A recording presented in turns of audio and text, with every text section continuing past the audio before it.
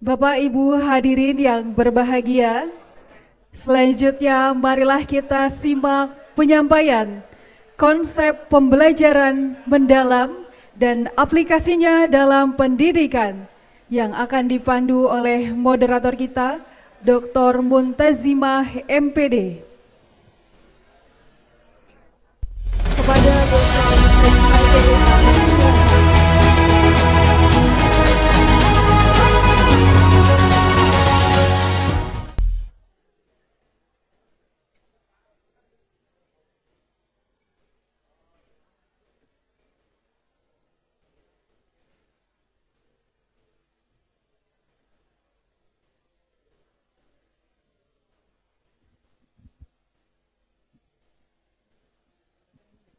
Bagus.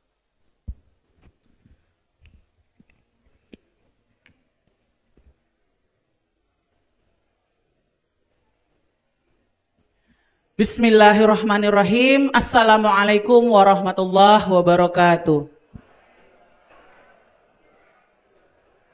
Yang kami hormati tim pengembang pembelajaran mendalam yang juga Atase Pendidikan dan Kebudayaan KBRI di Canberra, Australia, Profesor Yuli Rahmawati PhD. Yang kami hormati Wakil Rektor UHAMKA ada Ibunda Profesor Nani Solihati MPD dan juga Ibunda Anisia Kumala LCMC Psikolog. Yang kami hormati Ibu Elo, saat ini BPH UHAMKA dan juga Ketua Pimpinan Wilayah Aisyah DKI Jakarta. Yang kami hormati para dekan, segenap dosen UHAMKA yang berhadir, serta yang sangat kami banggakan adalah ibu, bapak, para stakeholder pendidikan yang hari ini berhadir dan bergabung dalam kegiatan Seminar Nasional dan Sosialisasi Deep Learning UHAMKA. Saat ini ada lebih kurang 500 orang yang bergabung di ruangan ini dengan ribuan orang juga yang bergabung dengan kita dalam platform Zoom dan juga YouTube. Saya menyapa dulu, selamat pagi Ibu Bapak semua di ruang Zoom dan ruang YouTube. Saya izin membacakan pantun ya Ibu Bapak ya. Belum. Bunga-bunga di UHAMKA tumbuh mekar. Harumnya semerbak di pagi hari. Selamat datang Prof. Yuli di UHAMKA. Terima kasih berkenan membersamai seminar nasional ini. Untuk itu saya mengundang Prof. Yuli Rahmawati PhD untuk naik ke panggung.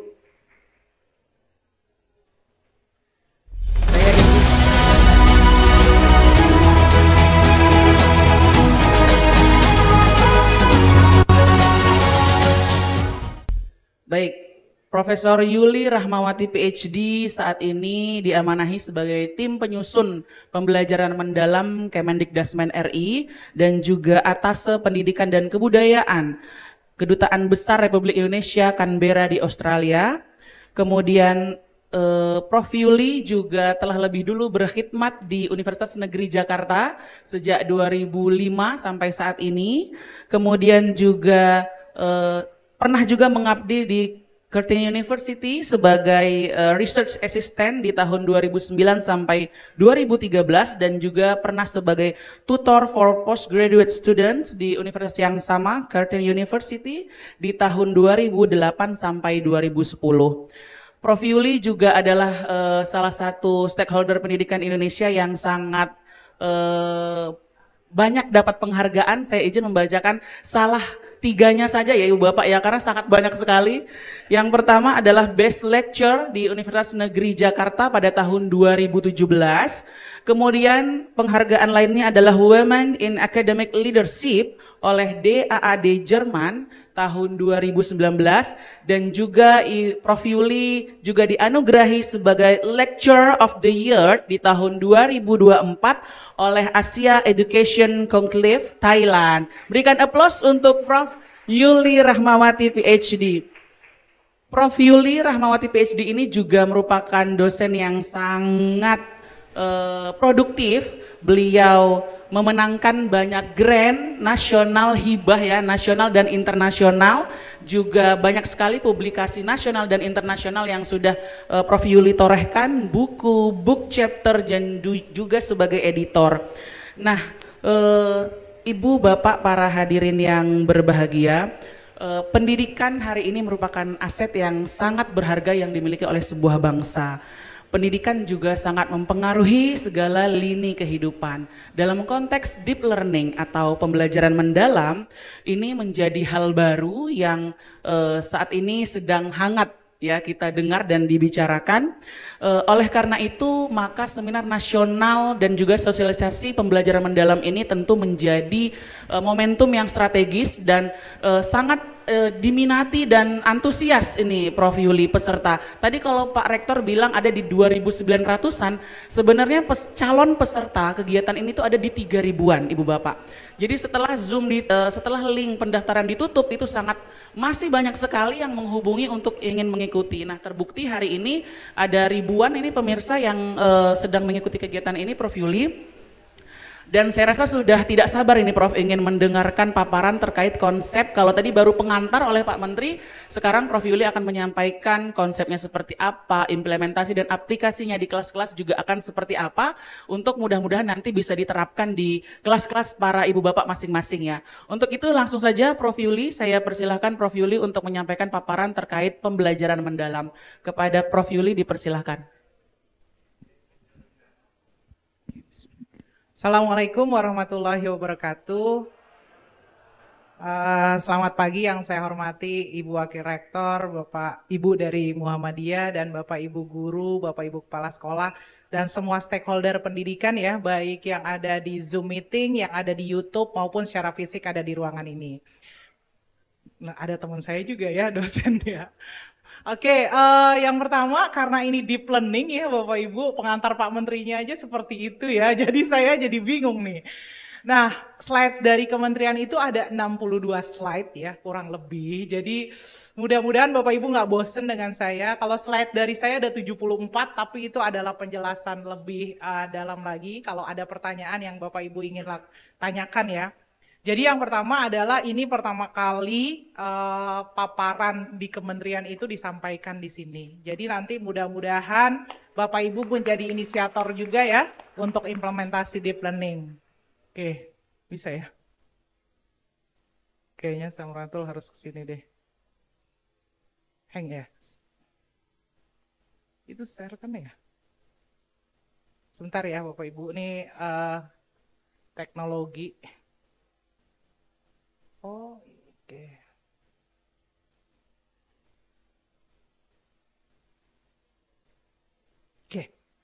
Oke, Bapak Ibu. Jadi saya ada 3 poin inti ya di paparan ini.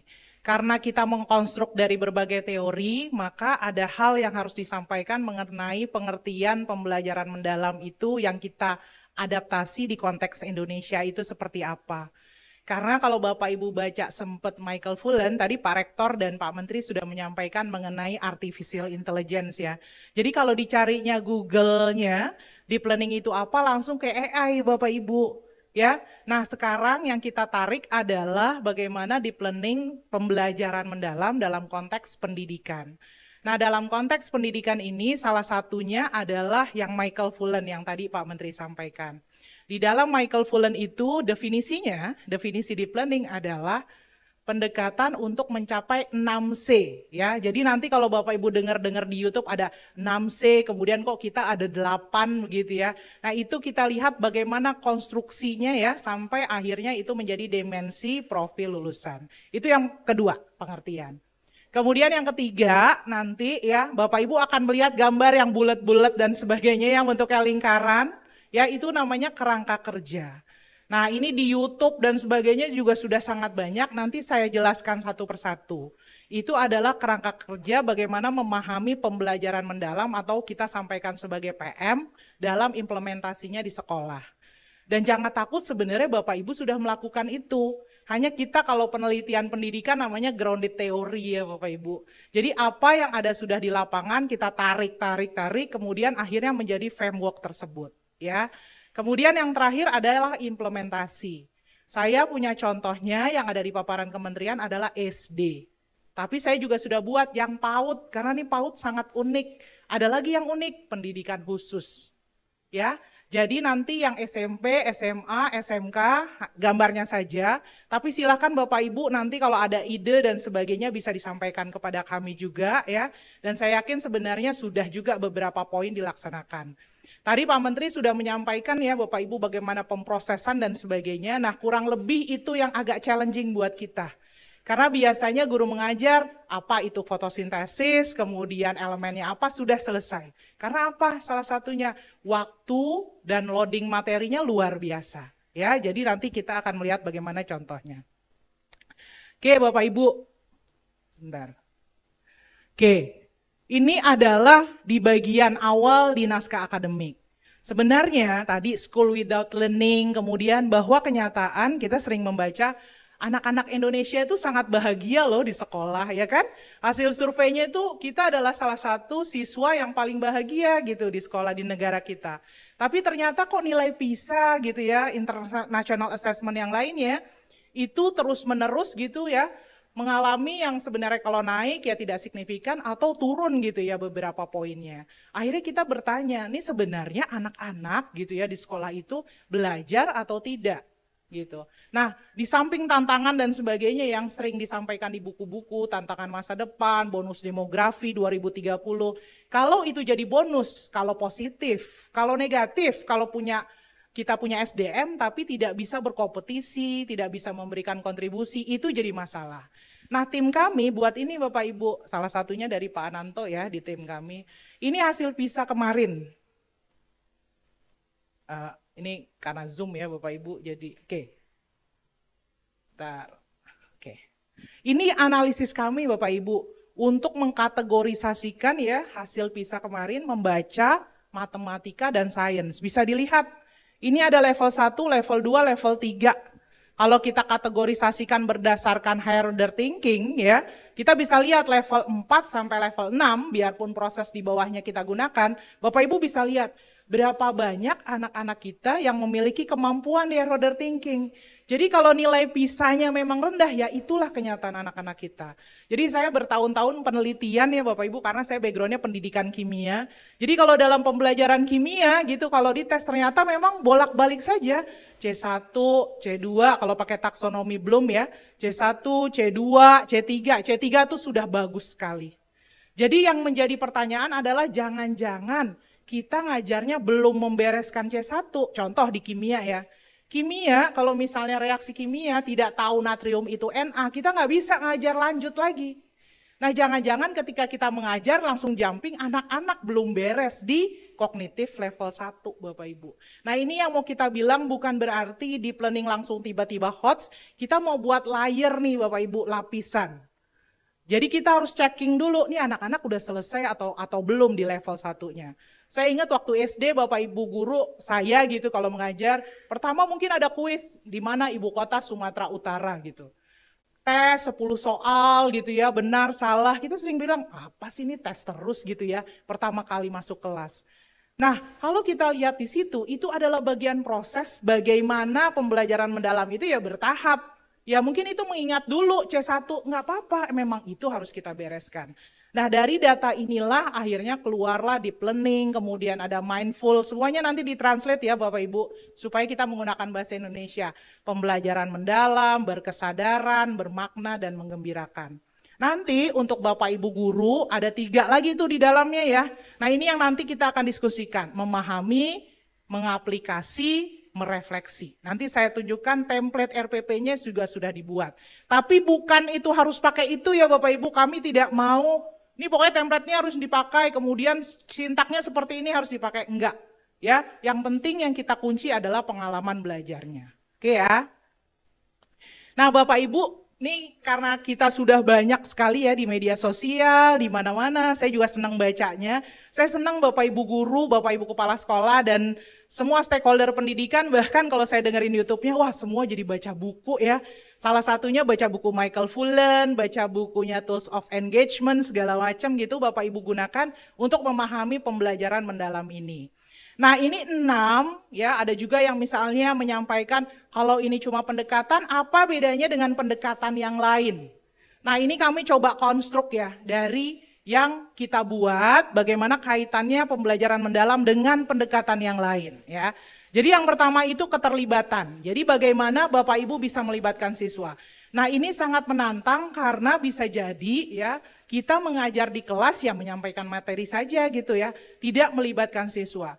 Nah student collaboration gimana dia mengkaitkan, ini yang mau kita kaitkan dengan pembelajaran bermakna. Ya nanti poinnya lebih kecil, lebih detail lagi.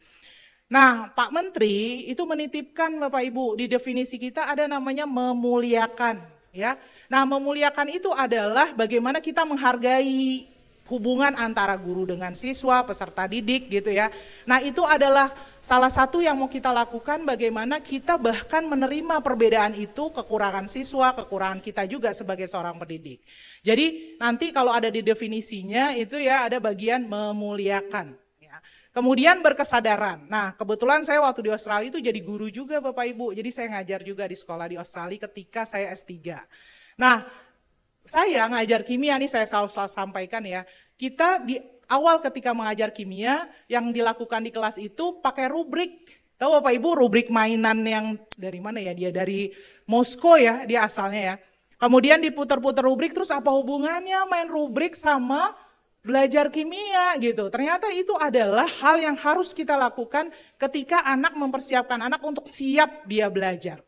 Nah Bapak Ibu tuh mungkin beberapa sudah melakukan bahkan game, ice breaking dan sebagainya. Pengkondisian psikologis yang memungkinkan anak untuk siap belajar ya. Nah kemudian ada namanya budaya belajar. Yang paling penting dengan perkembangan teknologi, informasi dan sebagainya yang sangat luar biasa, anak kita itu harus kita bentuk jadi lifelong learners. Karena kalau tidak, dia tidak menjadi manusia pembelajar, stop saja ketika Bapak Ibu menyampaikan informasi, udah dia selesai. Dia tidak berpikir ketika misalnya kita menyampaikan sebuah materi globalisasi, dia tidak terpikir untuk mencari tahu sebenarnya itu globalisasi itu apa gitu. Ya, itu budaya belajarnya. Nanti ini kita kaitkan ketika desain pembelajarannya. Bapak Ibu harus tulis kalau di bagian rencana pembelajarannya, apa ya budaya belajar yang mau saya kembangkan dalam pembelajaran deep learning ini. Selanjutnya teknologi digital nih. Nah nanti Bapak Ibu akan lihat lingkaran yang di luar, itu udah ada namanya pemanfaatan digital. Nah sekarang nih kita dapat dapat feedback, udahlah Australia aja udah mengurangi penggunaan digital. Kenapa Indonesia jadi mau pakai digital dalam pembelajaran gitu ya. Nah bagian kita adalah kita malah belum optimal dulu nih digitalnya. Karena kalau PM ya pembelajaran mendalam, Bapak Ibu mau ngecek ini anak belajarnya sudah atau belum ya. Nah digital itu salah satunya membantu supaya kira-kira anak dia melakukan self assessment ya, penilaian individu, saya udah sampai sini, checklist dan sebagainya. Ya jadi itu bagian yang kelima.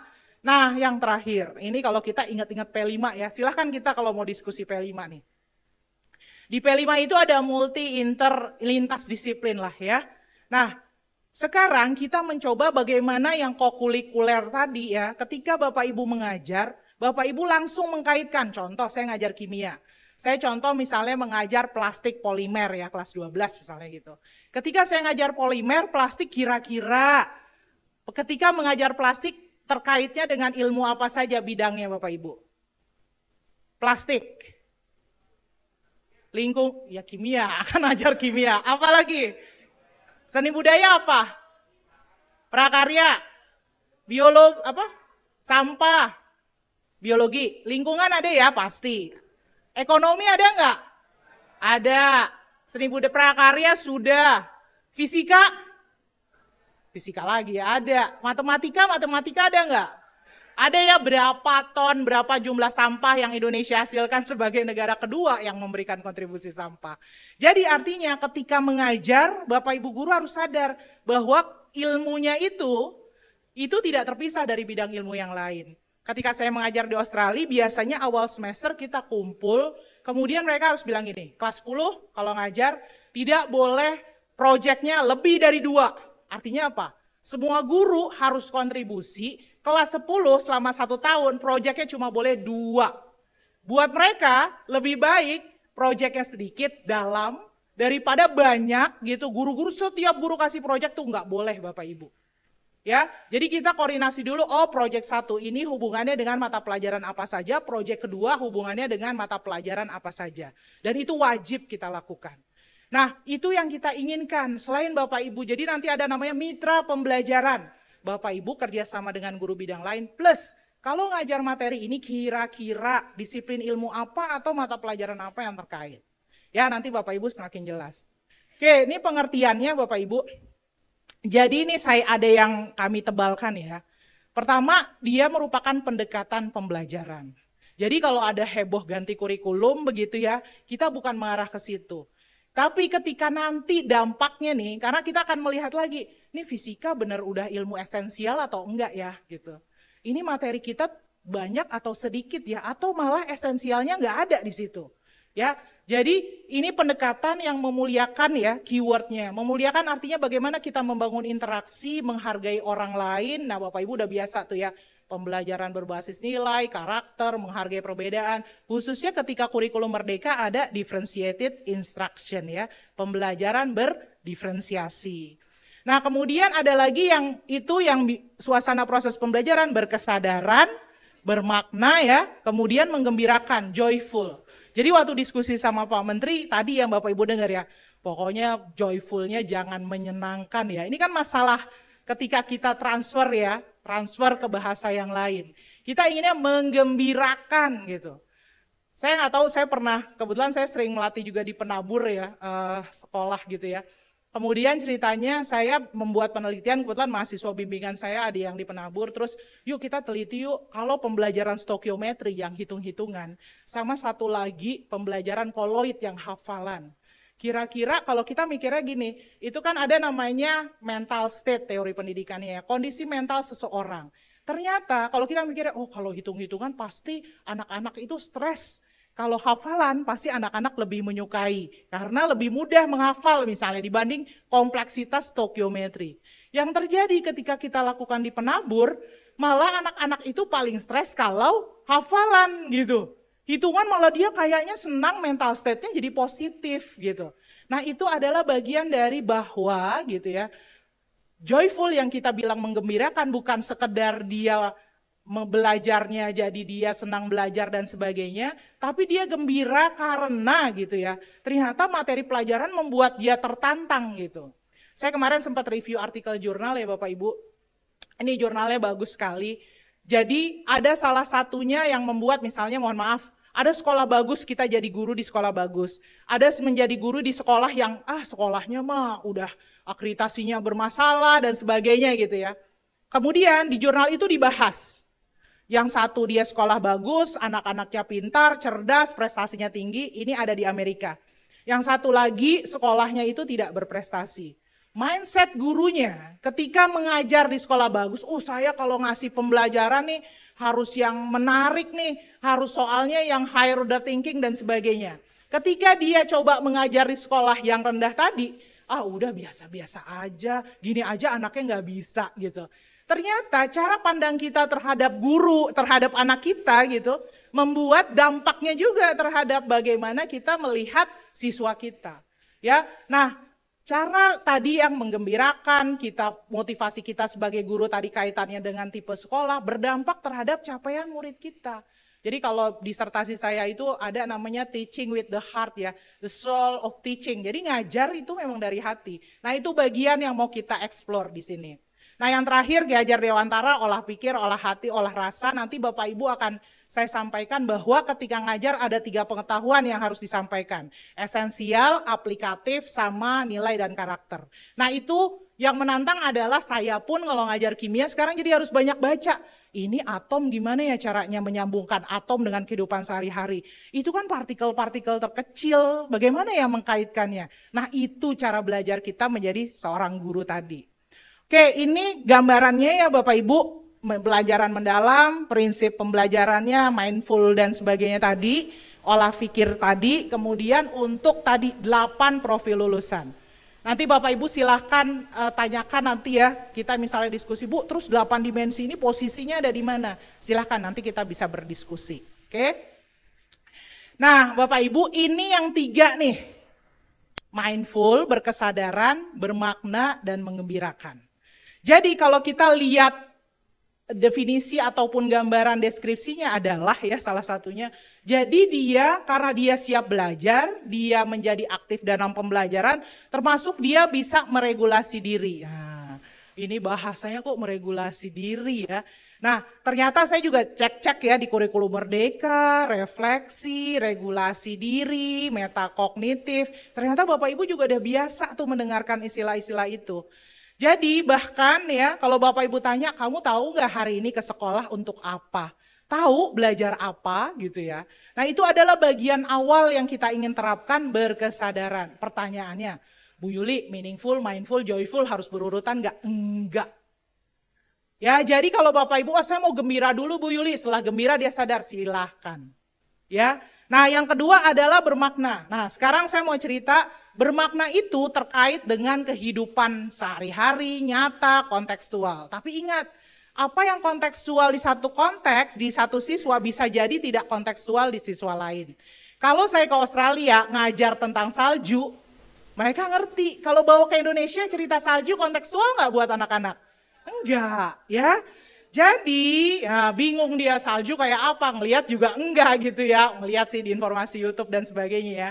Tapi berarti apa? Artinya kita jadi guru gitu ya.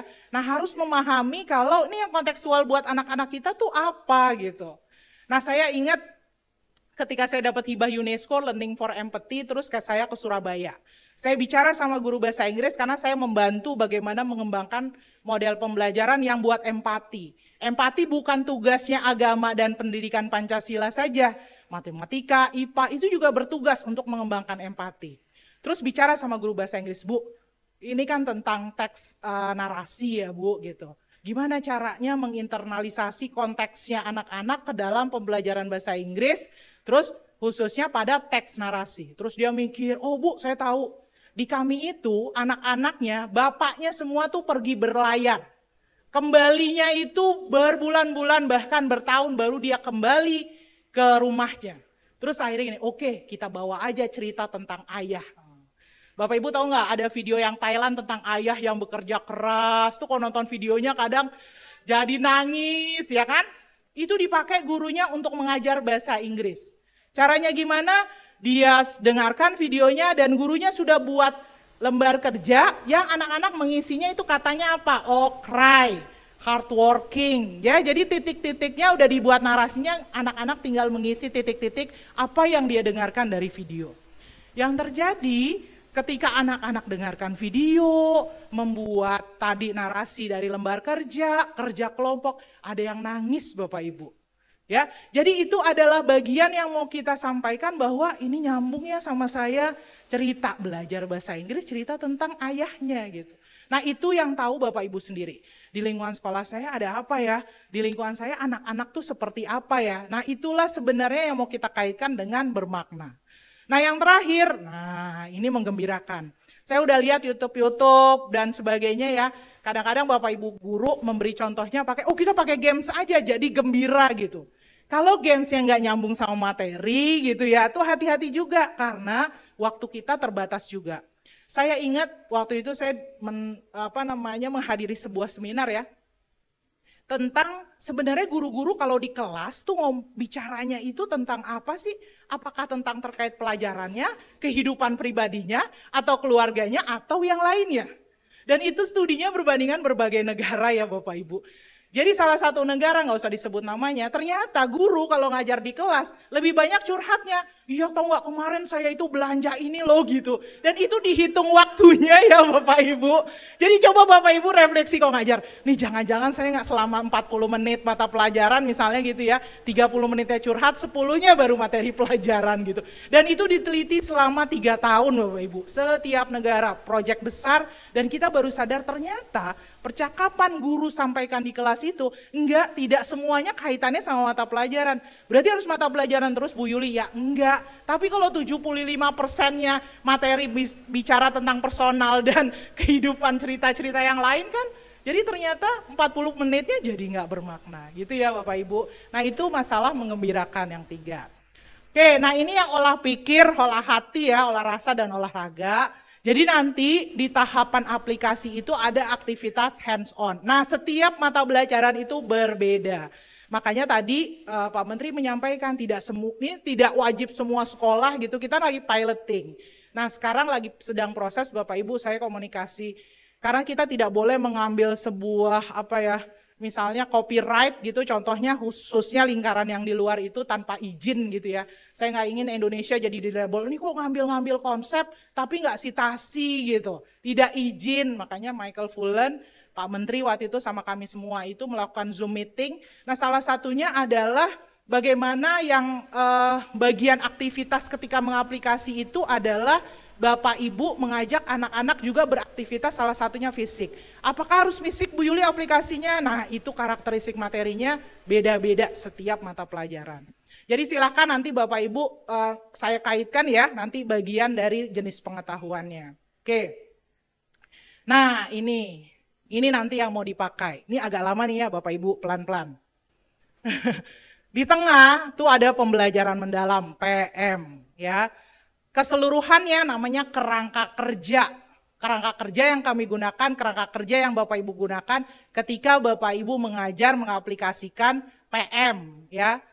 Yang di luar sana, yang paling lapisan yang pertama, bisa nggak ini? Nggak bisa ya, ini layar ya. Oke, yang di sana ada 8 keimanan ya, keimanan ketakwaan terhadap Tuhan Yang Maha Esa, tuh ya. Kemudian kewargaan bukan kewarganegaraan.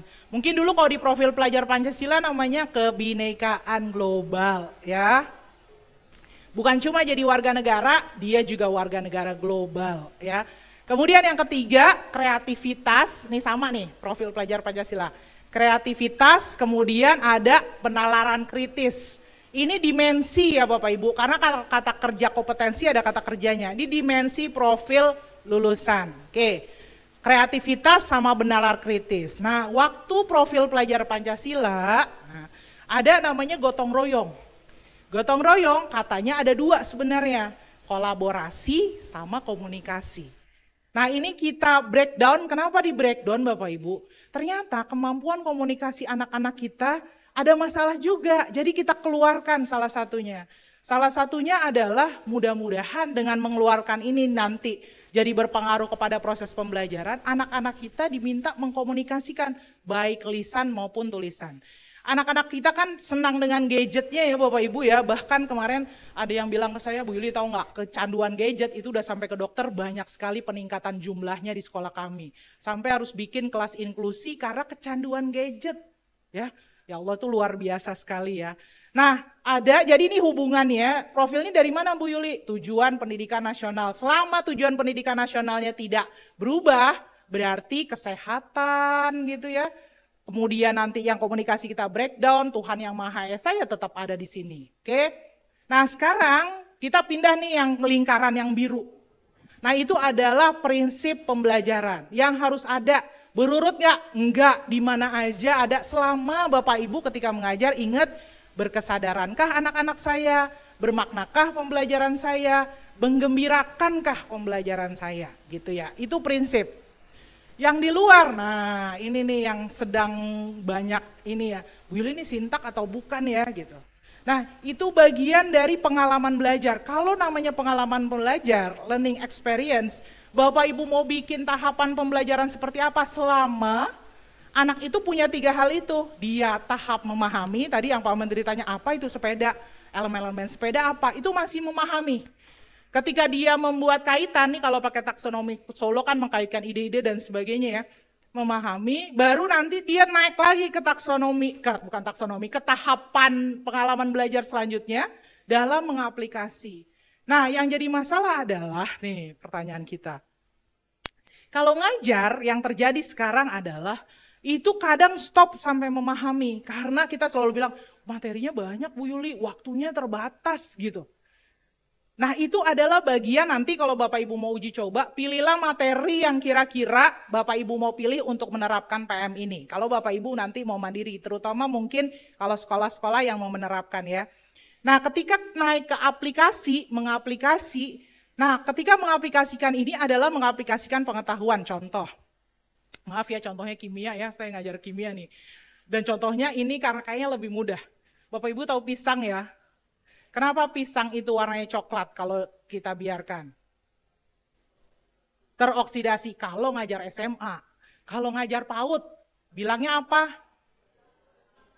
Kelamaan di luar, gitu kan? Bahasanya kelamaan di luar, nanti anak PAUD jadi, apa sih Ibu kelamaan di luar? Kira-kira bahasa ngajar kulit pisang jadi coklat itu apa ke PAUD? Ada guru PAUD nggak? Membusuk. Dia terkena apa? Bilangnya apa ke anak-anak? Ya udara sekitarnya dia terbuka gitu ya.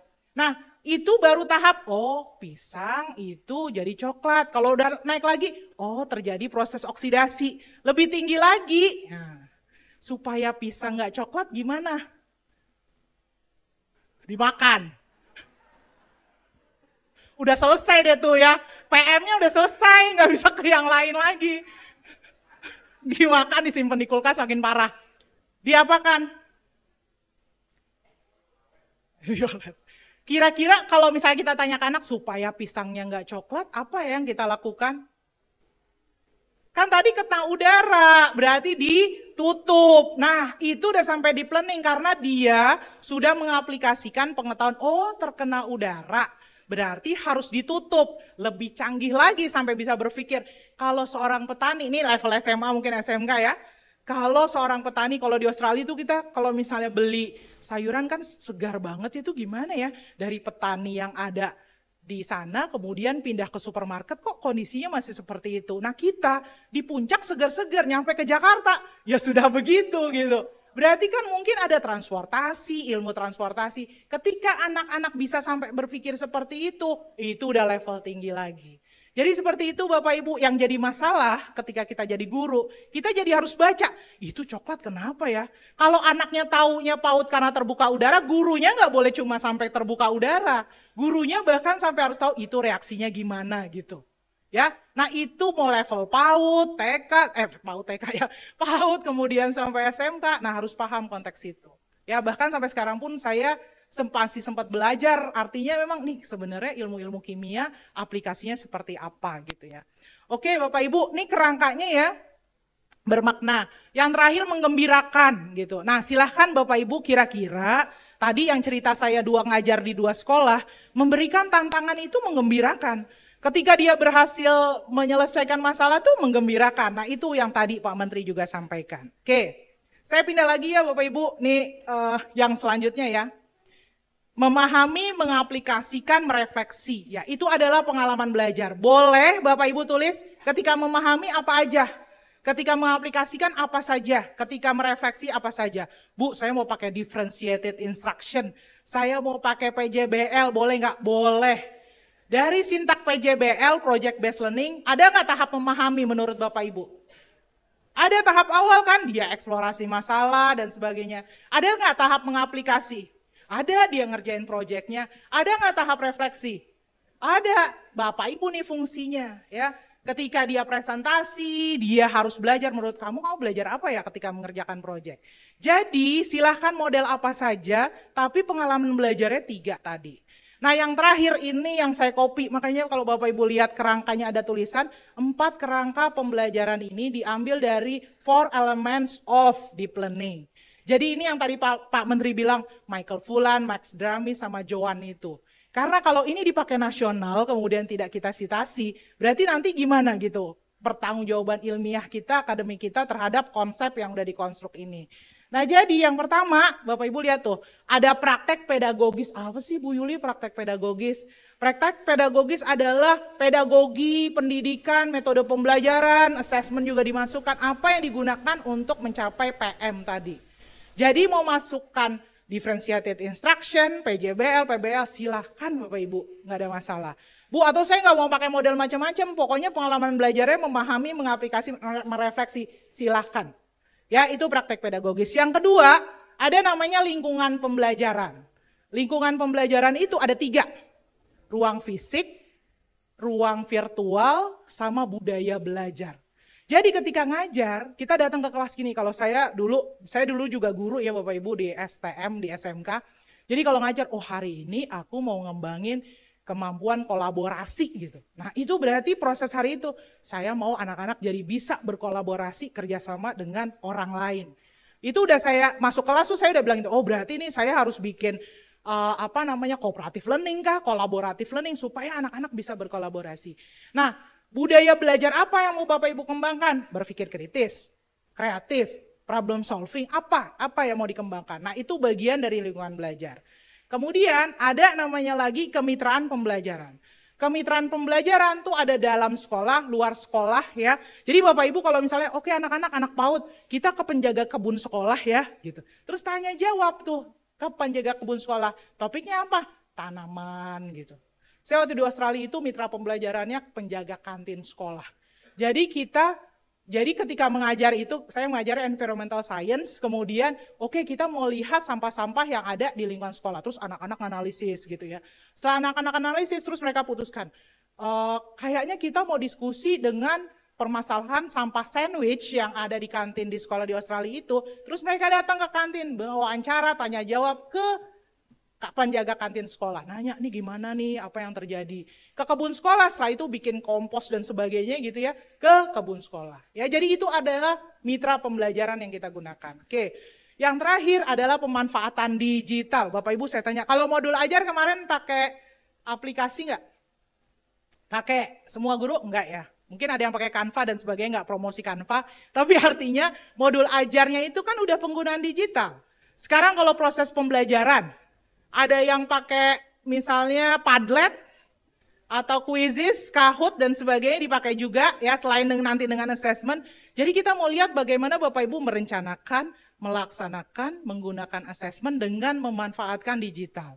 Digital bukan segala-galanya, tapi kalau itu memudahkan Bapak Ibu, silakan digunakan. Kalau anak-anak jadi tertarik melihat video YouTube, video-video pembelajaran yang menarik, pakai simulasi, silahkan digunakan. Itu adalah bagian dari pemanfaatan digital. Oke, sisanya Bapak Ibu, waktunya berapa lama? Ini udah saya jelaskan, nanti Bapak Ibu kan dapat file PDF-nya ya. Nah, nanti Bapak Ibu bisa lihat 8 bagian ini ya. Itu udah dijelaskan tadi oleh saya. Kemudian nih, ini adalah karakteristik penerapan nih. Kalau berkesadaran harus apa sih? Peserta didik aman dan nyaman dulu juga. Jangan sampai, nih saya kebetulan ada penelitian tentang lingkungan pembelajaran, ada perilaku guru satu aspek namanya admonishing. Misalnya ada anak tanya, kamu pertanyaan kok gitu? Masa pertanyaan seperti itu? Anak maju ke kelas, terus gurunya bilang, kamu gitu aja kok nggak bisa? Itu perilaku guru. Itu dia jadi nggak nyaman. Kalau dia tanya aja, guru udah bilang kok nanyanya begitu. Nah, hati-hati. Jadi itu adalah bagian dari bagaimana menciptakan ya lingkungan pembelajaran yang dia tuh nyaman dan aman untuk berekspresi. Nah, ini nanti Bapak Ibu lihat kesadaran, keingintahuan dia untuk pembelajaran itu bagian dari berkesadaran. Nah, poin-poin ini kami coba konstruk. Apakah harus semua Bu Yuli gitu ya? Ini adalah cara kami memfasilitasi Bapak Ibu supaya ngecek. Ini kelas saya udah berkesadaran belum ya gitu. Kelas saya sudah bermakna nggak ya bisa diterapkan dalam kehidupan sehari-hari. Kalau tidak kehidupan sehari-hari siswa, tapi dalam kehidupan nyata secara global, nasional, lokal, silakan diserahkan kepada Bapak Ibu. Nah yang terakhir, menggembirakan. Nah ini mungkin yang challenging juga. Khususnya pelajaran matematika, kimia kayak saya, gimana ya caranya belajar kimia menggembirakan gitu. Entah soalnya, entah aktivitasnya, bagaimana caranya. Nah itu saya tuliskan di bawah ini. Penerapan prinsip ini dapat terjadi secara terpisah, bersamaan, tapi tidak harus berurutan.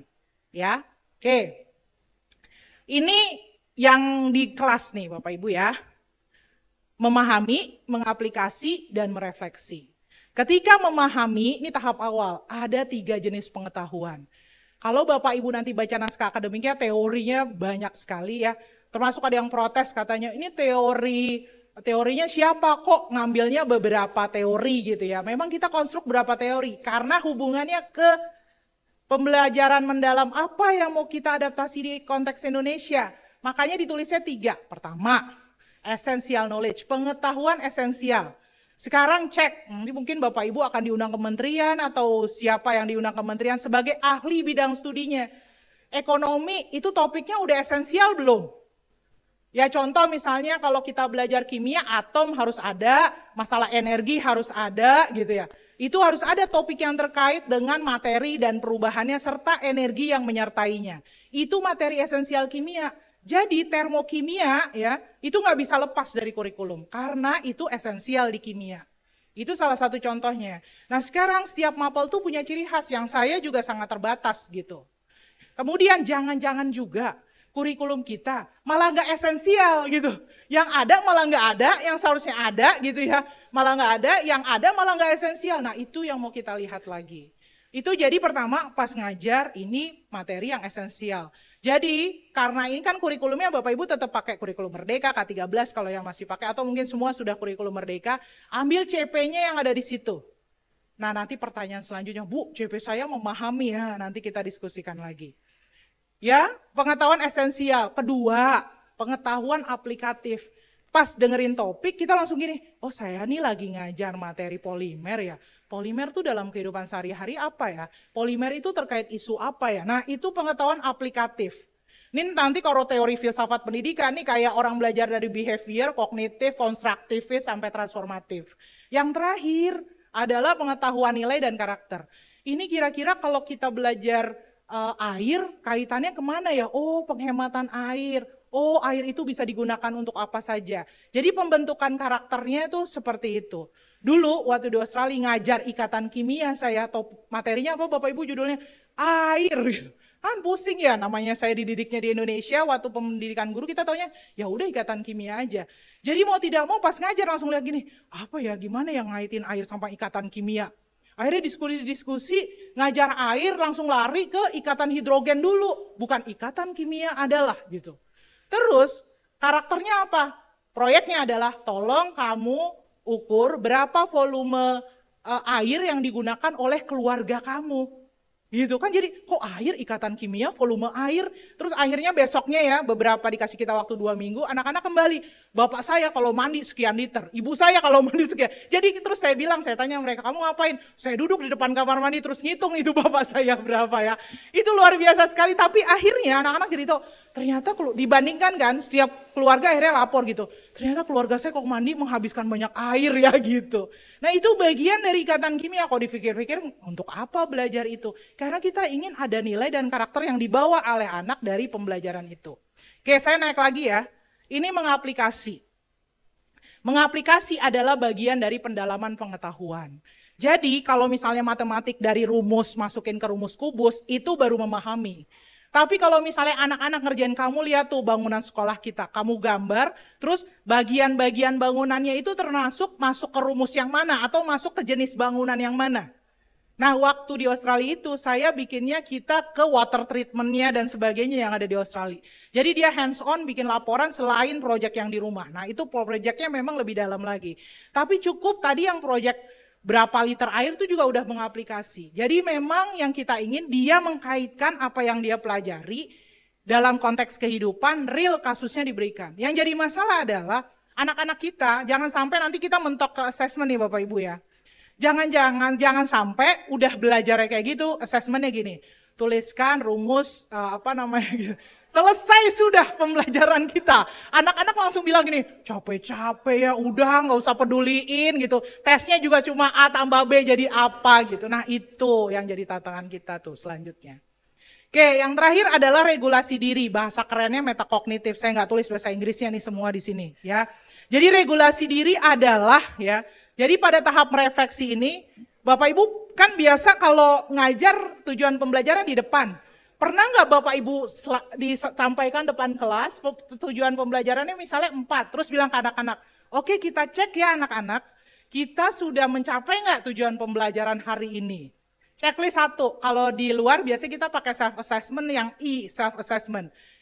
Apa anaknya checklist? Saya udah paham ini gitu, gurunya juga ngecek, oke gimana? Tadi kita udah paham bagian komposisi apa, atau bagian fotosintesis elemennya apa saja, oh ini udah selesai. Kedua, tujuan pembelajaran kita cek, terus kita tanya anak, kira-kira kita udah paham nggak? Itu seperti apa? Nah itu bagian dari regulasi diri. Dia sadar kalau dia belum mencapai itu, atau dia sadar bahwa sebenarnya dia harus memperbaiki itu. Makanya kalau di teori pendidikan, umpan balik itu sangat penting. Pertanyaan selanjutnya, ini yang belum selesai nih Bapak Ibu. Dari memahami, pindah mengaplikasi, pindah ke merefleksi, itu gimana caranya? Nah mau tidak mau memang pakai assessment. Tapi assessment banyak jenisnya ya. Kalau Bapak Ibu sempat baca, ada namanya Classroom Assessment Technique, Assessment Performative, Assessment for Learning, Assessment based on feedback. Jadi dia ada 1 minute paper, jenisnya banyak sekali Bapak Ibu. Nanti Bapak Ibu cari CATS, bukan kucing. Classroom Assessment Techniques. Itu bisa ngecek, misalnya kita checklist tujuan pembelajaran tercapai atau enggak, terus anak udah sampai belum berpikir, kemampuan berpikirnya ya. Atau kalau sempat baca buku ada lagi Model of Teaching ya dari Joyce. Itu udah ada nama pendekatan yang tadi Pak Menteri sebutkan, information processing. Nah itu bagian dari proses ini. Oke, ini udah ya. Nah ini yang tadi saya sampaikan karakteristiknya apa udah kami tuliskan. Kayaknya kalau misalnya karakteristiknya menghubungkan pengetahuan baru dengan pengetahuan sebelumnya. Kemudian memberikan kebebasan eksploratif. Contoh.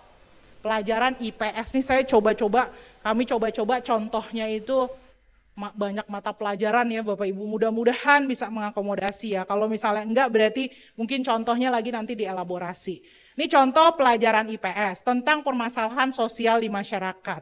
Jadi ketika tahap memahami dia udah tahu tuh diberikan informasi tentang permasalahan apa saja kan di teorinya ada ya. Permasalahan sosial terdiri dari apa saja, kemiskinan terjadi karena apa, bla bla bla dan sebagainya. Itu baru level 1 tuh. Dia baru sampai tahap itu. Selanjutnya kita kasih real data kemiskinan di Indonesia. Saya punya teman S3 waktu di Australia. Penelitiannya apa Bapak Ibu? Penelitiannya tentang bagaimana siswa memahami berbagai jenis infografis dalam pembelajaran. Dia orang biologi. Jadi dia sampai tanya, rantai makanan harusnya melingkarkah? Segi 4kah, batangkah, atau itu disertasinya. Jadi saya sampai bilang, ya ampun disertasinya, detail sekali dia bisa menganalisis.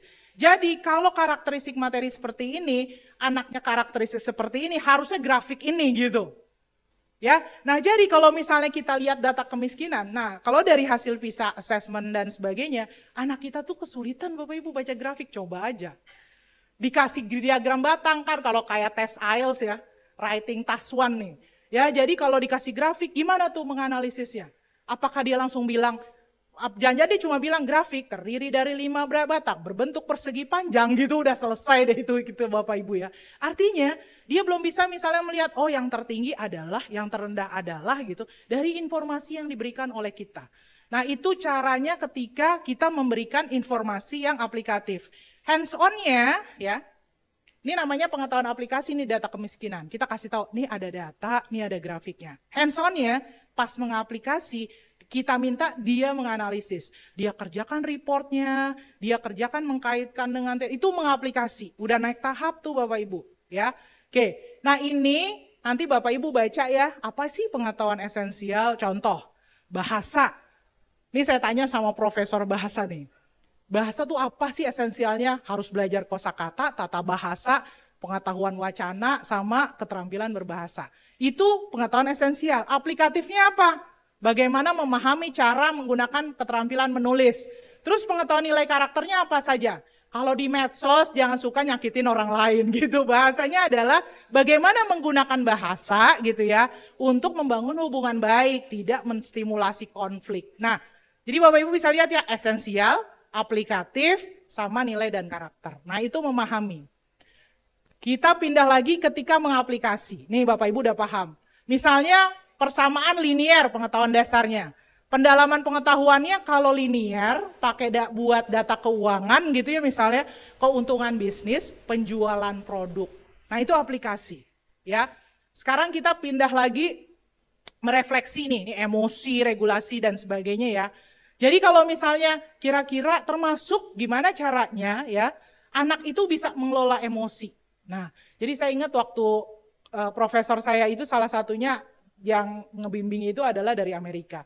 Dia ngajarnya di universitas. Terus dia bilang gini, saya kadang di tengah pelajaran itu anak-anak diminta meditasi gitu ya. Jadi ketika dia stres, dia simulasi, dia tuh minta, oke, kita stop dulu, kita tarik nafas dulu, baru kita melanjutkan pelajaran. Terus saya bilang, mengapa seperti itu?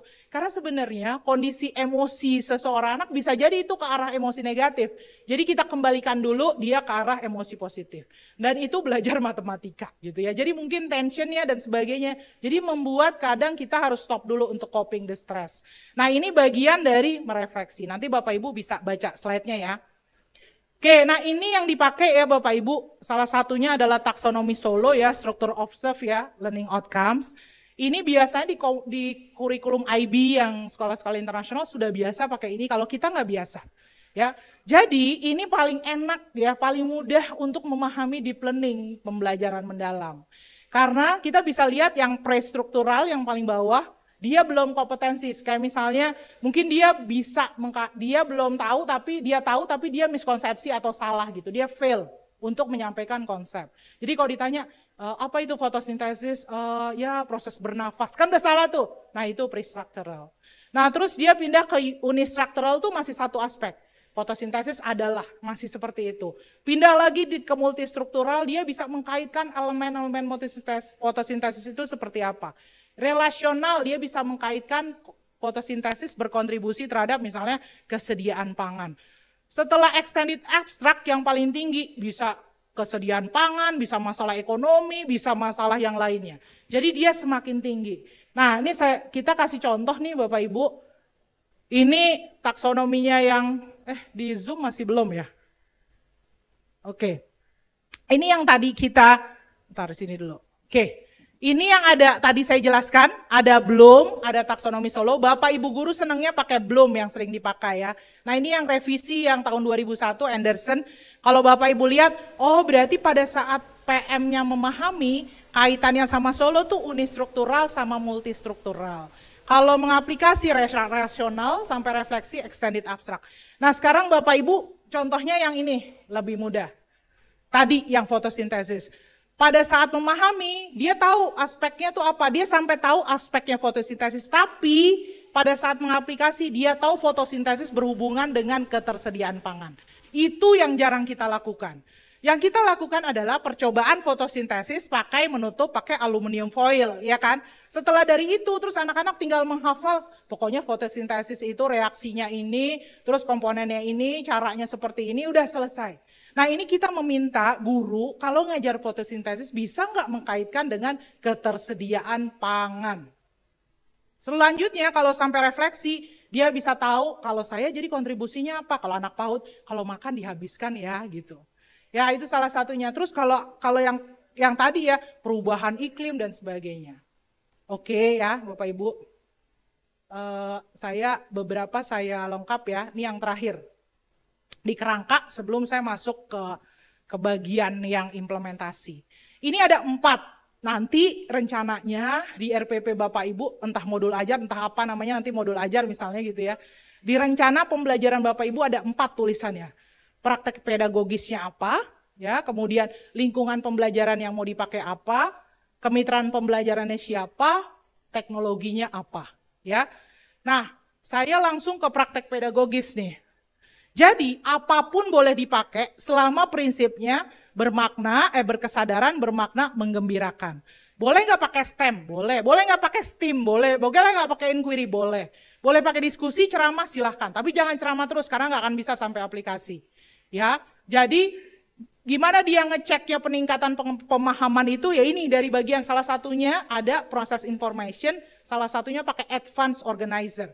Nah nanti Bapak Ibu cek kayak apa sih kita ngecek pemahaman siswa itu udah naik level gitu ya. Oke. Nah kedua kemitraan pembelajaran.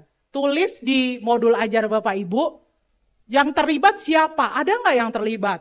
Lingkungan sekolah, guru mata pelajaran lain kah gitu ya.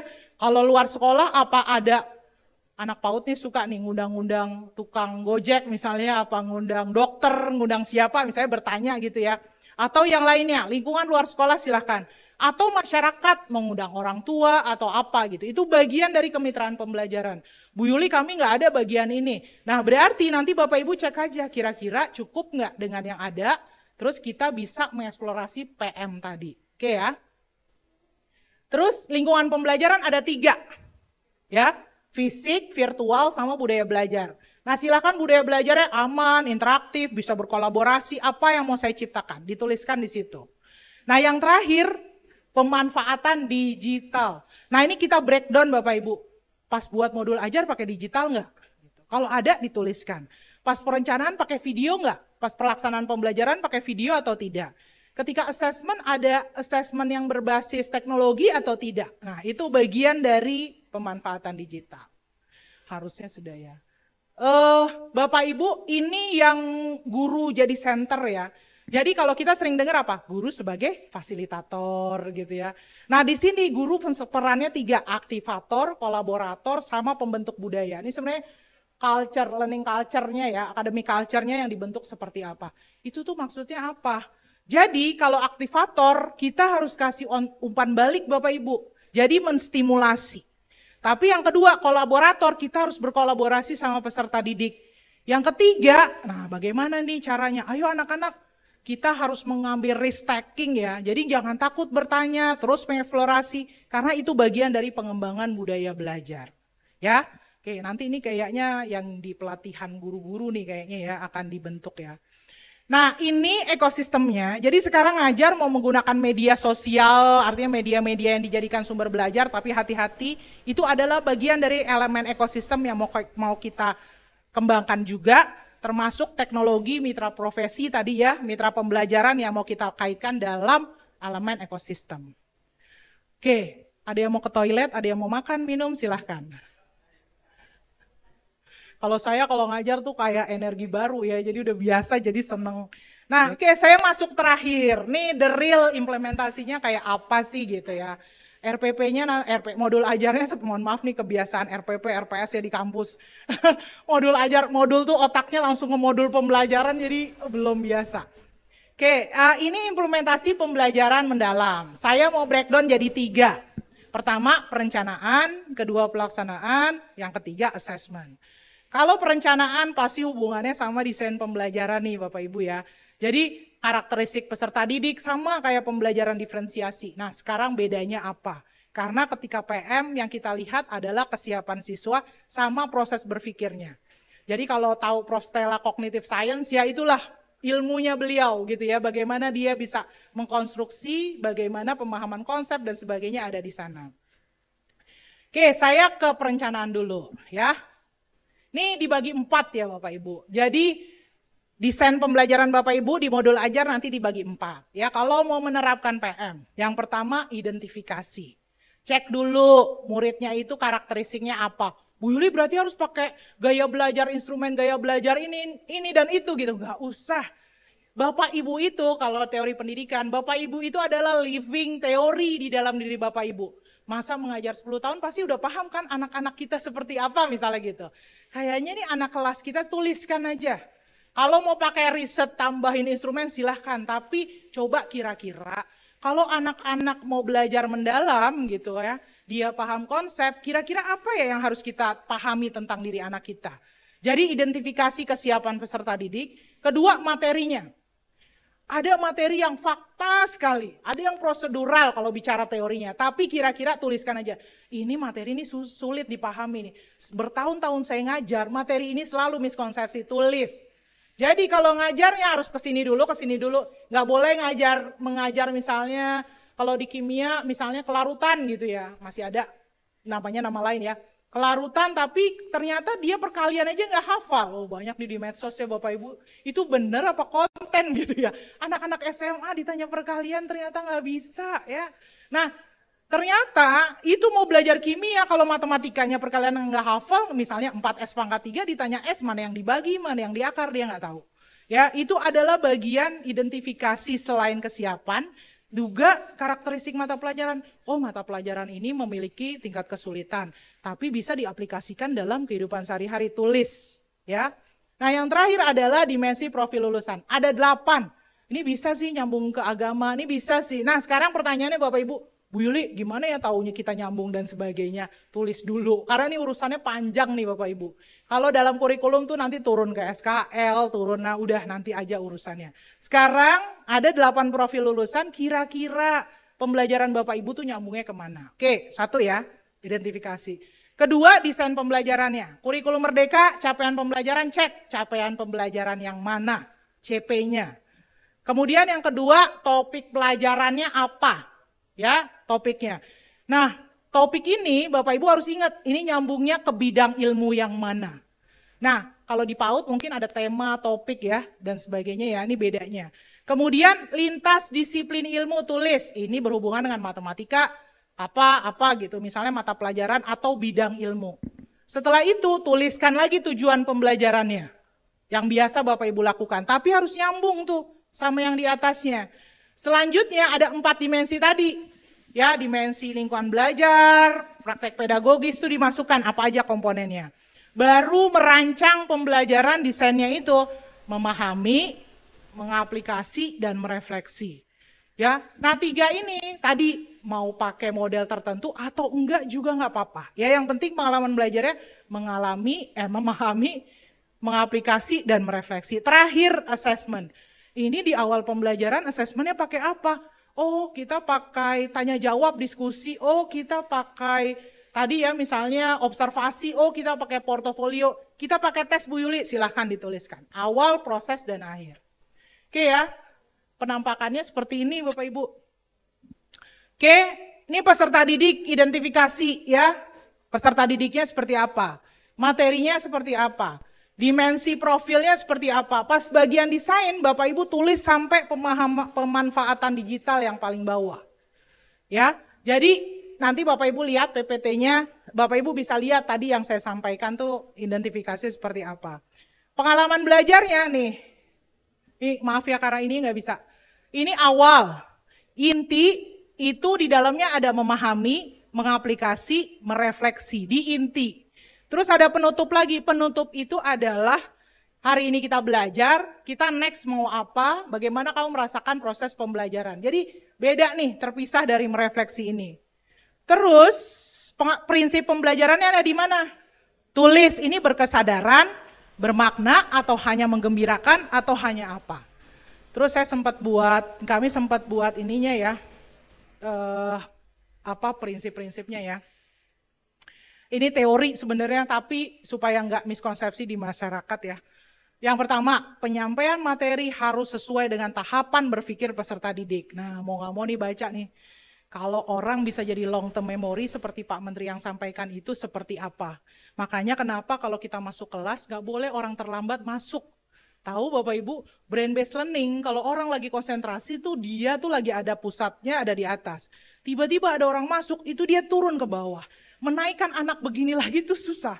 Makanya kalau telat anak masuk tuh udah ret gitu. Nah kita naikin lagi tuh posisi itu.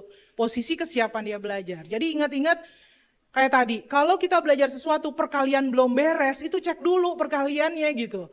Kalau di kimia CaOH 2 kali, cek dulu ionisasinya CaOH 2 kali beres atau enggak. Jangan-jangan Ca plus OH2 min, udah bermasalah tuh. Kita nggak bisa lagi pindah ke kelarutan dan sebagainya atau rumus kimia karena dia ionisasi aja bermasalah. Nah checklist itu kita butuhkan Bapak Ibu. Yang paling tahu siapa? Bapak Ibu guru yang ngajar. Ya.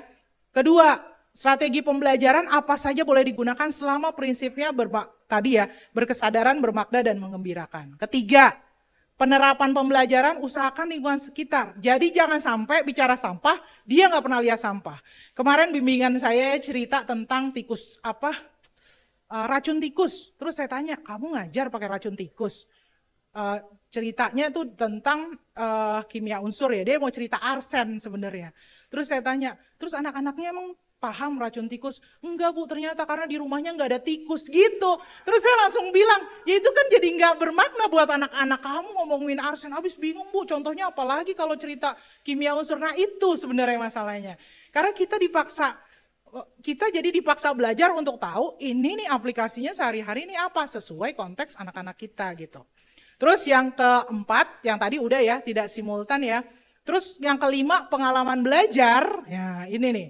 Direfleksi sesuai langkah pembelajaran dan kondisi anak-anak kita. Makanya pertanyaan Bu Yuli, memahami, mengaplikasi, merefleksi harus 1 kali pertemuan? Enggak.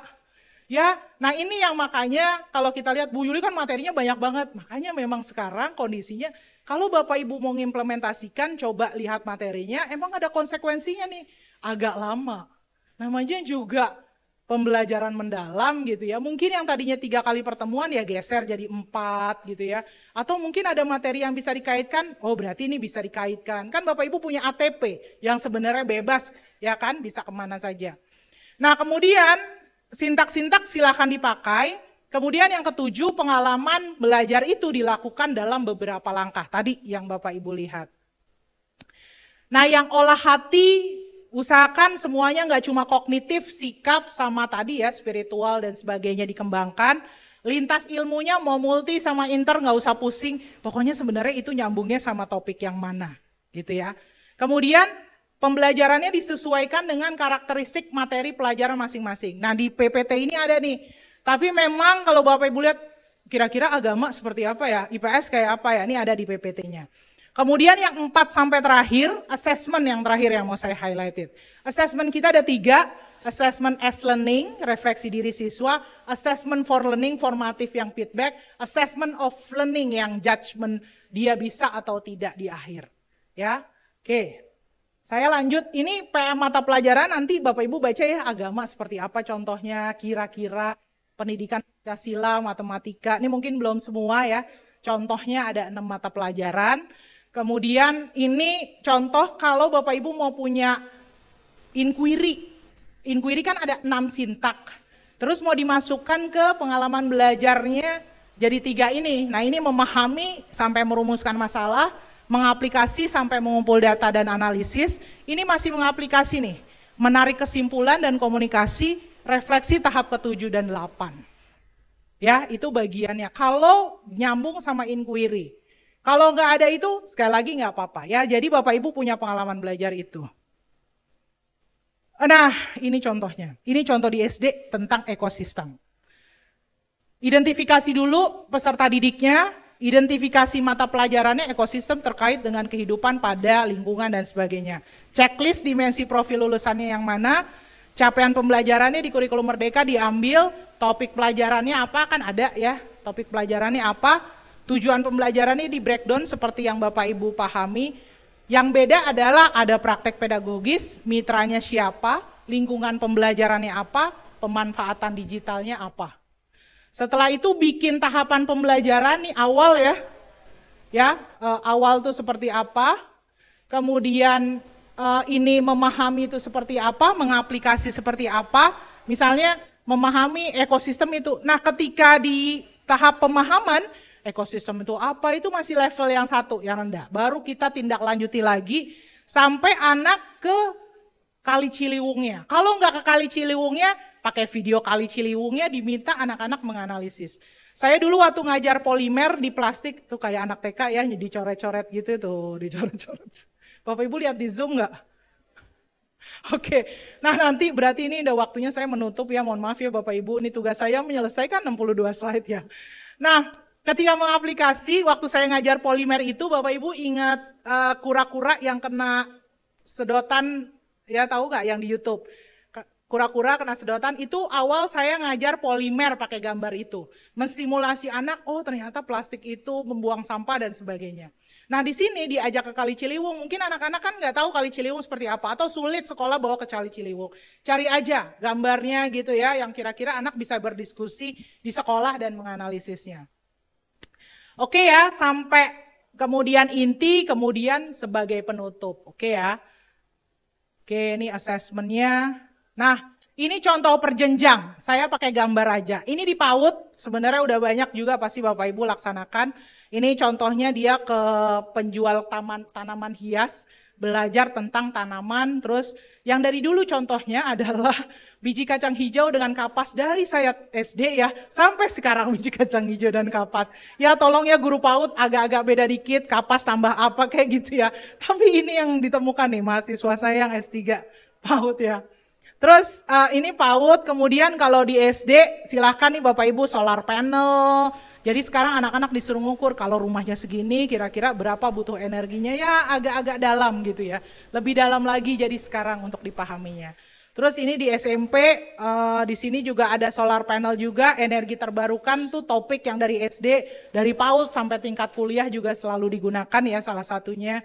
Nah ini SMA, nah ini yang waktu itu bimbingan saya ya, mengajar termokimia tapi mengkaitkan dengan bahan bakar ramah lingkungan, terus itu di sekolah anak ini STEM ya Bapak Ibu, bikin desain kapalnya, terus lomba bagaimana dia menggunakan bahan bakar ramah lingkungan, terus siapa yang duluan gitu.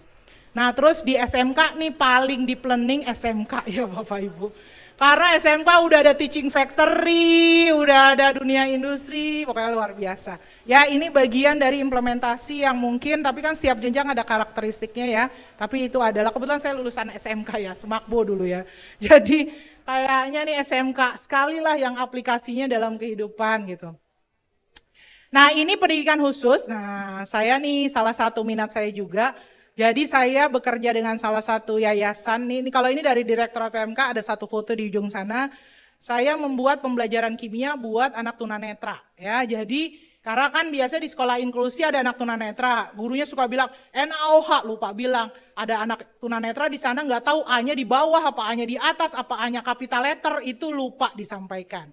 Ya, jadi saya buat praktikum sains kimia dengan tunanetra. Contoh, larutan elektrolit dan non-elektrolit biasanya pakai lampu, kan anak tunanetra nggak bisa lihat. Kita pakai bunyi gitu. Jadi bikin percobaan praktikum yang larutan elektrolit nggak berbunyi, yang elektrolit langsung berbunyi. Jadi anak-anak tahu, oh ini maksudnya ya menghantarkan listrik dan enggak gitu. Oke, nah ini bagian pendidikan khusus ya Bapak Ibu. Nah yang terakhir assessment.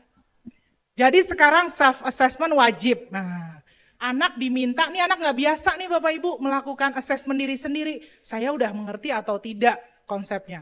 Kalau kita lakukan peer assessment ada tantangan juga. Anak-anak kita suka nggak enak sama temennya, ya kan? Dikasih nilai anaknya tinggi-tinggi sekali. Jadi, nah kita harus mengkombinasikan nih seperti ini. Assessment as learning sebagai pembelajaran. Assessment for learning untuk pembelajaran ya, refleksi guru kita. Yang tadi saya bilang pakai CATS, formative classroom assessment technique. Yang terakhir ya mau nggak mau off learning. Gak mungkin tidak dites, dia itu sudah capai belum tujuan pembelajarannya. Entah tes tertulis, entah portofolio, penilaian berbasis proyek, silakan. Sekarang kan ujian sekolah Bapak Ibu punya kebebasan, silakan dimodifikasi untuk aktivitas-aktivitas yang ada tadi. Alhamdulillah kuat juga ya saya ya. Ya, berikan aplaus untuk Prof. Yuli. Oke, yang terakhir ya Bapak Ibu, ini kita tutup ya. Mudah-mudahan kita bisa memuliakan karakteristik anak yang sangat beragam ya. Dengan sesuai dengan konteks dia, mudah-mudahan jadi transformasi. Jadi anak-anak kita bukan belajar dari surface learning saja, holistik. Nah, kenapa pakai mitra? Karena kita mau melibatkan ekosistem pendidikan, termasuk mudah-mudahan nih bisa menerapkan tadi ya. Dimensi profil lulusan kita adalah kompetensi masa depan anak-anak kita. Bapak Ibu, ini Bapak Ibu yang menyusun naskah akademik, dan naskah akademik ada penyusun, ada telaah, dan sampai yang sekarang, ini ada 16 orang. Saya mungkin nggak lama di Indonesia ya Bapak Ibu, harus bertugas di Canberra. Jadi sebenarnya jadi atasnya udah dari Agustus, tapi nggak berangkat-berangkat ya Bapak Ibu. Kayaknya saya diminta menyelesaikan ini dulu. Jadi mudah-mudahan kalau Bapak Ibu ingin bertanya dan sebagainya, Puskurjar terbuka ya. Kami juga sudah meletakkan email dan sebagainya. Ini penyusunnya, dan email ke bawah silakan di email. Itu kami buat khusus buat PM. Kalau ada yang curhat, ada yang cerita, ada apa silakan sampaikan ke kami. Dokumennya adalah living dokumen, masih terus bergerak. Karena sebenarnya proyeksinya 5 tahun nih Bapak Ibu kerjanya. Jadi ini masih kecil, mudah-mudahan kalau establish sesuai karakteristik di sekolah Bapak Ibu, karakteristik anak-anak kita, deep learning pembelajaran mendalam di Indonesia lebih kontekstualize, lebih bagus lagi supaya bisa meningkatkan mutu pendidikan. Terima kasih Bapak Ibu. Wassalamualaikum warahmatullahi wabarakatuh. Waalaikumsalam warahmatullahi wabarakatuh. Bapak Ibu, berikan aplaus sekali lagi untuk Prof. Yuli.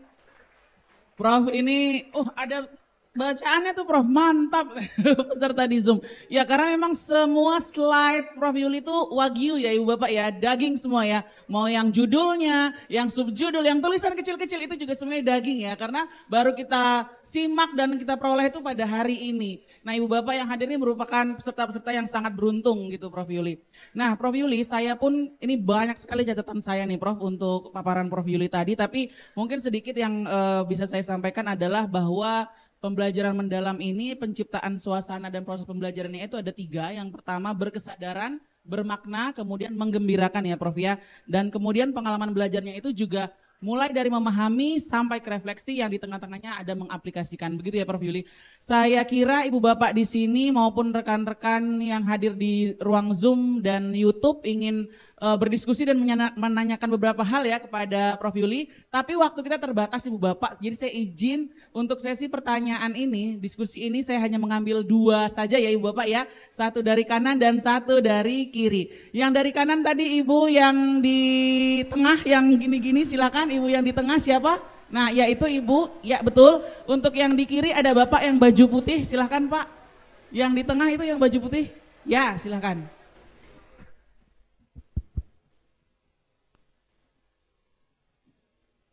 Ya, Assalamualaikum warahmatullahi wabarakatuh. Perkenalkan, nama saya Mia Rusbiati dari Yayasan Darul Quran Mulia. Yang mau saya tanyakan, yang pertama tadi Ibu sempat mengutarakan tentang 6C ya, tapi dari pemaparan saya belum menemukan 6C-nya tersebut. Tadi sempat di awal menyampaikan tentang 6C. Terus yang kedua, setelah seminar ini, kan tadi Bapak Menteri sampaikan bahwa tidak semua sekolah melaksanakan deep learning. Nah, jadi tindak lanjutnya bagaimana gitu kita setelah seminar ini kita melaksanakan di sekolahnya seperti apa gitu. Kita mendapat instruksinya melalui mana gitu. Itu aja, terima kasih. Baik, terima kasih Bu Mia. Silakan dilanjut Pak.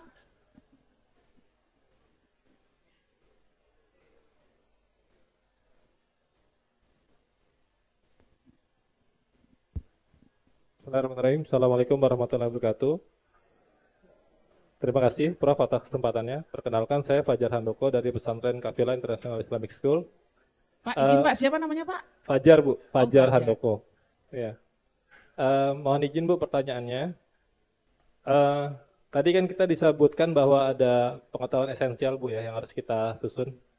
Nah, mohon izin Bu, untuk teknis ke depannya, maka yang berwenang untuk menyusun pengetahuan esensial ini siapa Bu? Karena apakah diserahkan ke level sekolah, ya, jadi menyusun dari misalnya masing-masing jenjang, atau memang ada dari stakeholder tertentu yang menyusun. Dan kemudian kalau dari stakeholder tertentu, apakah kemudian guru masih bisa menambahkan atau mengurangi terkait dengan pengetahuan esensial tadi? Terima kasih Bu. Assalamualaikum warahmatullahi wabarakatuh. Waalaikumsalam warahmatullahi wabarakatuh. Terima kasih Bu Mia dan Mas Fajar. Silakan Ibu Mia. Ya, Bu Mia sampai ke sini ya luar biasa. Jadi saya orang isi materi ya tentang STEM di Darul Quran ya. Jadi Bapak Ibu, tadi kan saya cerita-cerita Michael Fullan. Bukunya itu Bapak Ibu bisa akses PDF-nya di Google ya. Cari deep learning ya. Nanti Michael Fullan search, nanti ada PDF-nya. Jadi beliau mendefinisikan deep learning itu sebagai ya pendekatan dan sebagainya untuk mencapai 6C. Makanya waktu, kan kami kalau di pendidikan tuh ada namanya validasi model ya. Jadi kami mengundang beliau dengan Zoom, dengan Pak Menteri juga, tapi sebelumnya dengan Max Drami, kita komunikasi by email dan by Zoom, memvalidasi model ini. Kita cuma ingin meyakinkan diri kita, konstruk teori sampai jadi model ini udah termasuk deep learning atau belum gitu. Nah, makanya dia tanya, kamu kan ada ketuhanan yang Maha Esa, ya Bapak Ibu tahu ya, kalau di luar negeri kan ketuhanan bukan ini ya. Jadi mereka malah maksudnya kok ketuhanan dimasukkan gitu. Nah, mereka itu ada 6 karakter. Pertama itu karakter, nggak berurutan ya. Citizenship, karakter, komunikasi, kolaborasi, critical thinking, creative thinking.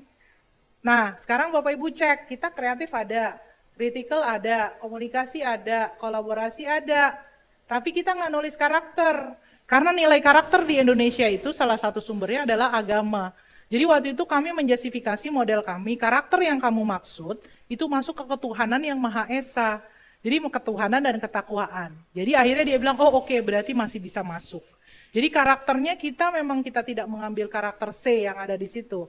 Kedua, dia tanya lagi, citizenship ada di mana? Ada di kewargaan. Ya, jadi kita sebenarnya udah masuk ke 6C itu, cuma kita menamakannya beda. Sekarang kan kita juga nggak mau mengadopsi luar tanpa adjust sama diri kita. Kita cek lagi tujuan pendidikan nasional. Ternyata di tujuan pendidikan nasional menciptakan manusia yang wah luar biasa lah pokoknya ya. Sangat holistik, termasuk yang sehat. Karena sekarang luar biasa, obesitas, makanan junk food, anak kita luar biasa ya. Jadi kesehatan mau kita angkat jadi dimensi profil itu. Supaya mudah-mudahan dia bukan cuma sehat ya, tapi dia juga bugar beraktivitas. Nah sehat pun kita bagi lagi nanti secara fisik maupun secara jiwa. Jadi kalau Bapak Ibu baca OECD target 2030 itu well-being. Anak kita kan generasi strawberry ya bahasanya ya. Jadi ngelihat tantangan pertama dikasih PR aja udah PR banyak banget gitu ya. Mahasiswa gitu ya, mahasiswa saya dikasih kimia organik udah bisa stres duluan. Bahkan ada yang masuk rumah sakit gara-gara belajar kimia organik gitu. Ada yang ngerjain skripsi sampai bilang, Bu saya setiap dengar kata skripsi, saya udah nggak bisa berpikir, keringat dingin, minum obat penenang. Itu mahasiswa saya. Ya, jadi itu baru skripsi, gimana masalah hidup ya, jadi kesehatan itu. Ya, kesehatan itu luar biasa Bapak Ibu, makanya dimasukkan gitu Mbak Mia.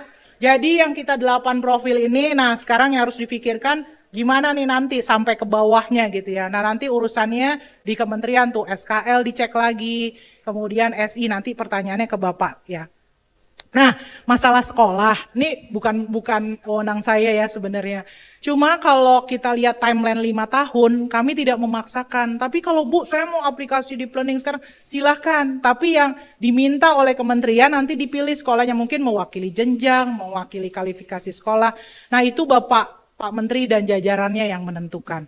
Tapi yang lain boleh nggak? Ya boleh, silahkan. Ya kan ini akan di-share. Jadi Bapak Ibu udah bisa belajar. Satu lagi, kalau Pak Menteri udah tanda tangan naskah akademiknya nanti disebarkan. Satu lagi yang lagi kami kerjakan namanya panduan. Nah itu lebih detail lagi. Sampai sekarang tuh masih bolak-balik ya, karena sekarang efisiensi. Kami rapatnya Zoom seharian berapa kali mengurusi panduan itu. Supaya nanti Bapak Ibu guru lebih jelas lagi. Sisanya siapa yang dilatih, bagaimana itu juga kementerian nanti yang mengaturnya. Jadi silakan Bapak Ibu, silakan diterapkan. Saya yakin sebenarnya Bapak Ibu sudah menerapkan, cuma sekarang namanya grounded theory yang tadi saya bilang. Apa yang ada di lapangan, truk kita jadikan teori yang adjust sama kondisi Indonesia. Gitu ya Mbak Mia. Pak Fajar, masalah esensial nih. Materi esensial itu kepalanya ada di standar isi, ya. Jadi kan kita ada 8 standar pendidikan, SKL, SI, yang nyambung sama kurikulum adalah SKL, SI, standar proses, standar penilaian. Nah, esensial itu kita harus baca karakteristik keilmuan, filosofinya seperti apa. Siapa yang menentukan ya? Biasanya nanti berarti penentunya ada di kebijakan. Kebijakan maksudnya di kementerian dalam konteks pasti melibatkan guru juga, melibatkan ahli di bidang itu, melibatkan praktisi pendidikan kira-kira kalau pelajaran fisika dan sebagainya seperti apa. Nah selanjutnya, sekolah itu kan namanya implemented curriculum. Kalau kurikulumnya ada, boleh nggak kita kaya dengan materi yang kita pikir itu buat sekolah kita esensial, silakan. Mungkin ada sekolah Islam, sekolah Kristen dan sebagainya yang mau mengkaitkan topik materinya dengan nilai-nilai yang mereka miliki, silakan. Buat mereka esensial, silahkan dimasukkan. Nah yang jadi masalah sekarang adalah kita harus ngecek lagi standar isinya, tapi itu proses yang panjang. Sekarang pakailah kurikulum yang ada, dan saya yakin kemarin saya tanya di tim kurikulum Merdeka ya, mereka itu sudah mengurangi katanya 30% konten dari materi sebelumnya. Nah sekarang dilihat lagi apakah materi itu udah esensial. Nah karena mau uji coba di kelas Bapak Ibu, kira-kira di pelajaran Bapak Ibu pilih mana nih yang esensial? Nah itu pengetahuan esensial. Itu Pak Fajar. Terus yang terakhir, itu ya Pak. Satu lagi apa Pak? Udah itu ya. Jadi mau ditanya lagi. Iya. Ibu izin ini Bu, kita karena ada ribuan pemirsa di Zoom, saya izin menyampaikan satu saja Bu pertanyaan yang terpilih dari Mas Rafki. Katanya begini Bu, salah satu tantangan terbesar dalam pendidikan saat ini adalah membangun motivasi belajar siswa. Seringkali guru tidak hanya sudah menyiapkan pembelajaran yang menarik, tapi juga lengkap bahkan runut. Tapi justru hal ini yang sering membuat siswa tidak termotivasi karena prosesnya membutuhkan waktu lebih lama.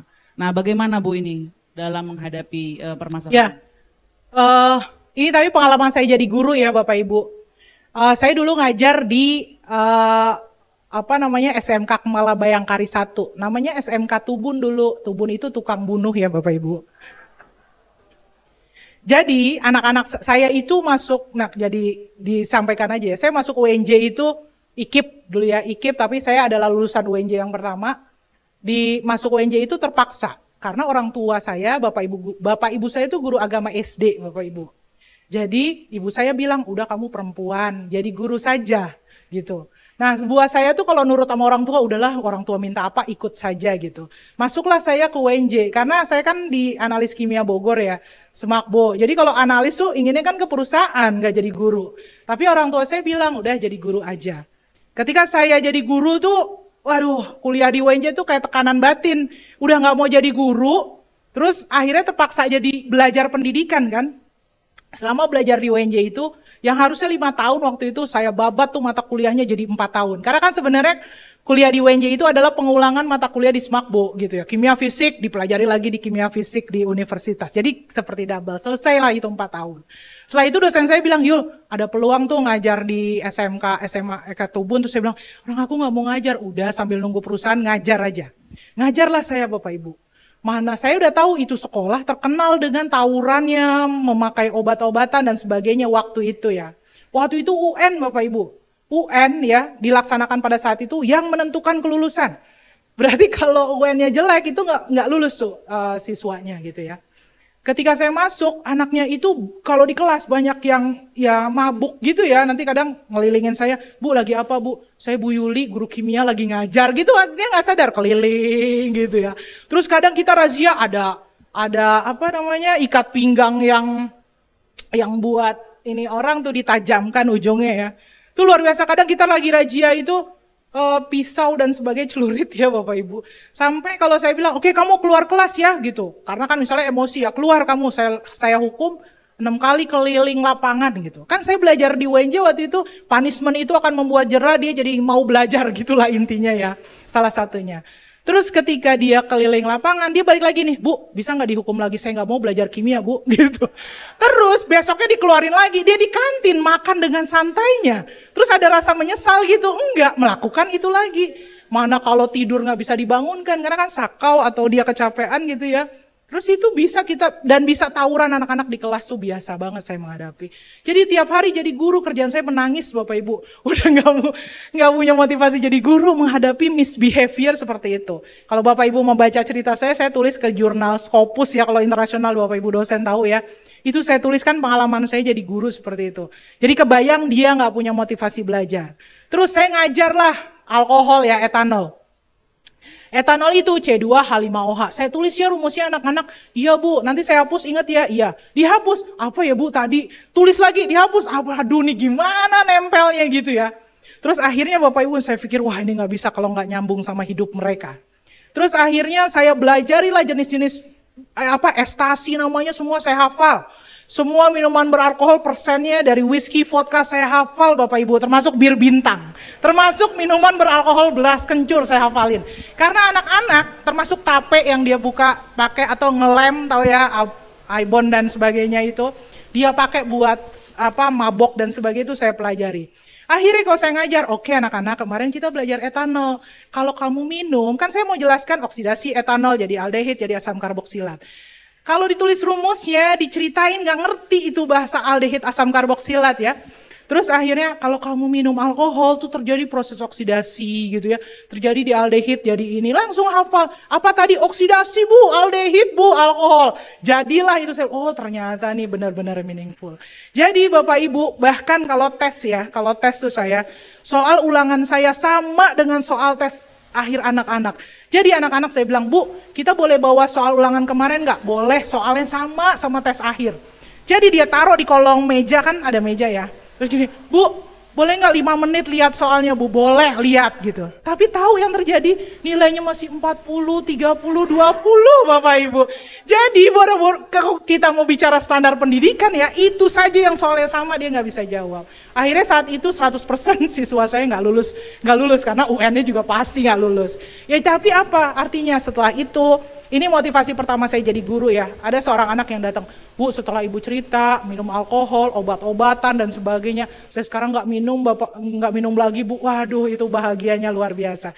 Jadi itu cuma dia motivasi. Kalau cerita elektrokimia saya langsung gini, kamu tahu pelek mobil kan? Tahu Bu, itu tuh elektroplating nih kita coba. Bawa tuh saya modal sendiri, terus bawa elektroplating. Nih coba kamu ada peneliti nggak nih? Tunjukin kita elektroplating. Uji coba langsung di situ.